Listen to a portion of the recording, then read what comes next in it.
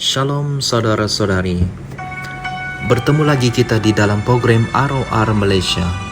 Pada pagi ini saya akan berkongsikan message yang dibawakan oleh Pastor Chris yang berbunyi Melayani Tuhan tanpa rasa takut. Ayat renungan kita di dalam 1 Korintus 15 ayat 58 berbunyi begini. Kerana itu, saudara-saudaraku yang dikasihi, jadilah teguh, jangan goyah, giatlah selalu dalam pekerjaan Tuhan. Dalam Daniel 6 ayat 7, Alkitab menunjukkan kepada kita kemampuan orang yang bangkit menentang Daniel yang tidak bersalah. Semua pemimpin kerajaan, gubernur, penguasa, penasehat dan kapten, mereka berpakat mengeluarkan perintah untuk menuduh Daniel disebabkan oleh pengabdiannya kepada Tuhan. Daniel sebagai salah seorang para pentadbir pasti tahu tentang konspirasi yang kejam itu dan dia mungkin telah berdoa, "Ya Tuhan, jangan biarkan raja menandatangani perintah itu. Jangan biarkan rancangan mereka berjaya." Tetapi Alkitab berkata, Raja Darius menandatangani maklumat dan larangan itu. Daniel 6 ayat 9. Di sini ada sesuatu yang menakjubkan berlaku. Apabila Daniel mendengar perintah itu telah diluluskan, Alkitab mengatakan dia pulang ke rumah, pergi ke kamarnya di atas di mana dia boleh dilihat, dan sebagaimana dia selalu lakukan, dia berlutut di jendela yang terbuka dan berdoa kepada Allah 3 kali sehari. Kita boleh lihat di dalam Daniel 6 ayat 10. Sungguh menginspirasikan. Dia tidak menyembunyikan pengabdiannya kepada Tuhan atau menjadi goyah dalam imannya dan komitmennya untuk berdoa. Kesan daripada itu, dia ditangkap dan dilemparkan ke dalam gua singa. Seseorang mungkin bertanya, bagaimana Tuhan boleh mengabaikan Daniel walaupun dia telah berdoa banyak kali dan imannya tidak terbelah bagi? Tidak, Tuhan tidak pernah mengabaikan atau meninggalkan kita, tidak kira apa jua keadaan. Daniel telah diselamatkan dari mulut singa secara ajaib. Saudara-saudari boleh membaca di dalam Daniel ayat 10. Dengan apa yang telah dialami oleh Daniel, Tuhan sedang merancang kesaksian yang kekal. Fikirkanlah hal ini. Beratus-ratus tahun telah berlalu dan kita masih diinspirasikan oleh iman Daniel terhadap Tuhan dan penyelamatannya yang hebat dari sarang singa. Jadi, tidak kira apa jua cabaran yang menentang imanmu, bersedialah untuk menang. Kemungkinan di bandar atau di negara kamu terdapat undang-undang zalim terhadap gereja. Jangan goyah. Jangan benarkan ketakutan datang menguasai mindamu. Tabahkan hati. Jadilah tegas. Jadilah kuat untuk Injil. Tidak ada apa-apa.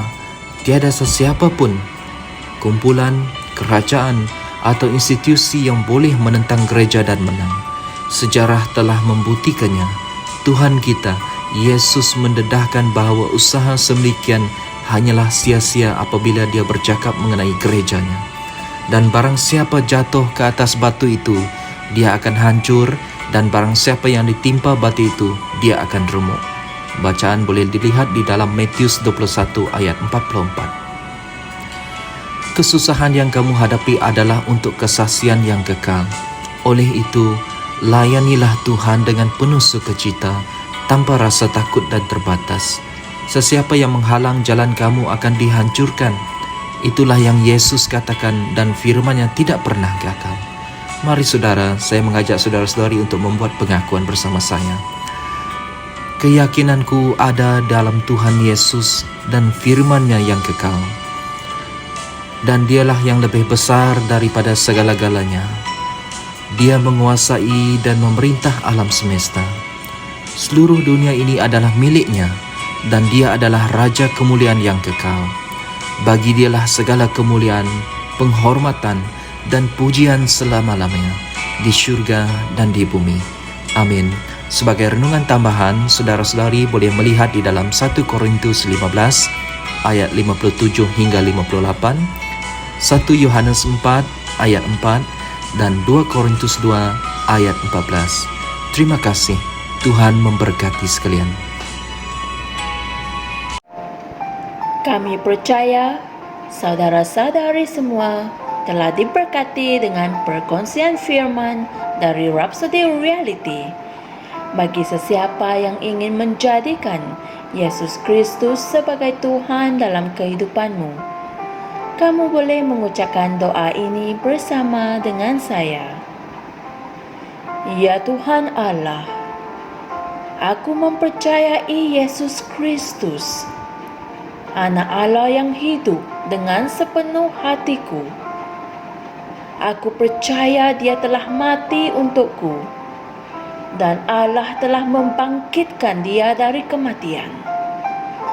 Aku percaya Dia hidup hari ini. Aku mengaku dengan mulutku bahwa Yesus Kristus adalah Tuhan dalam hidupku mulai dari hari ini. Melalui Dia dan di dalam nama-Nya, aku mempunyai kehidupan yang kekal. Aku telah dilahirkan semula. Terima kasih Allah kerana menyelamatkan jiwaku. Aku sekarang adalah anak Allah. Haleluya. Tahniah, sekarang kamu telah menjadi anak Allah. Untuk apa-apa sebarang pertanyaan atau untuk mendapatkan lebih banyak maklumat mengenai bagaimana untuk bertumbuh sebagai seorang Kristian, anda semua boleh hantar mesej di akaun Facebook kami atau email kami di tni.msia@gmail.com. Sekali lagi, tni.msia@gmail.com. Tuhan berkati Anda semua.